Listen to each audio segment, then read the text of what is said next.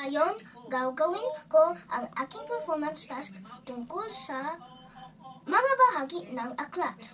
Ang mga bahagi ng aklat ay pabalat, pahina ng pamagat, pahina ng karapatang awit, paunang salita, talaan ng nilalaman, katawan ng aklat, glossary o talahuluganan, index o talatuntunan. Ang pabalat. Ito ang nagbibigay ng proteksyon sa katawan ng aklat.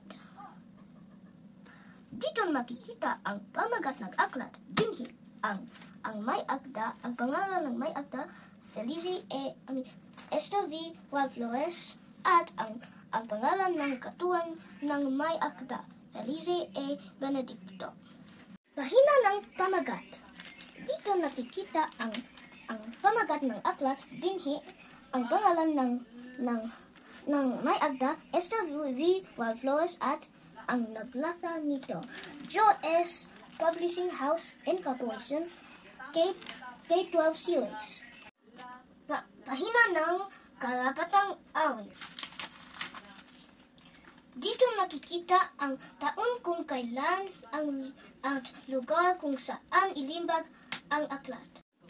Kung saan na ilimbag ang aklat. Ilimbag 2019.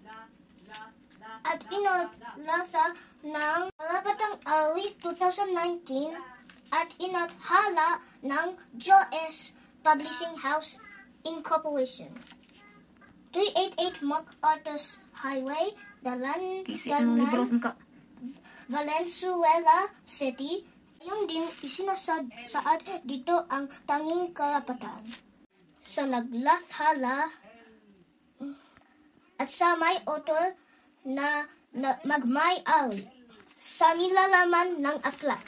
Tinatawag din itong karapatang sipi. Ito ay paunang salita. Hanging ito mababasa ang layunin ng may akda, nilalaman at mga paraan para sa pakinabang na paggamit ng aklat. Ito ay talaan ng nilalaman. Nakikita ang pamagat ng may akda at mga paksang talakayin. Unit 1, ikaw, ako, Pilipinong natangi. Buong aklat. Unit 1, ikaw, ako, Pilipinong natatangi. At mga pahinang katatagpuan ng mga ito. Ang bagong kaibigan, Unit 1, alawin 1, ikaw, ako, Pilipinong natatangi. Nasa pahina 2 ay Unit 1 hanggang Unit 4. Makikita ang mga pahina hanggang pahina 400 ay may katawan ng aklat. Ito ang pinakamahalagang bahagi ng aklat. Nakikita rito ang kabuuan ng mga akda, pagsasanay, at mga impormasyong nilalaman ng aklat. Ang sunod ay glossary o talahuluganan. Dito nakatala ang mahihirap ng salitang ginamit sa aklat at ang kaukulang kahulugan ng mga ito. Ito ang halimbawa sa glossary. Dito nakatala ang mahihirap na salitang ginamit sa aklat. Ayos ang mga ito ng paalpabeto, A to Z.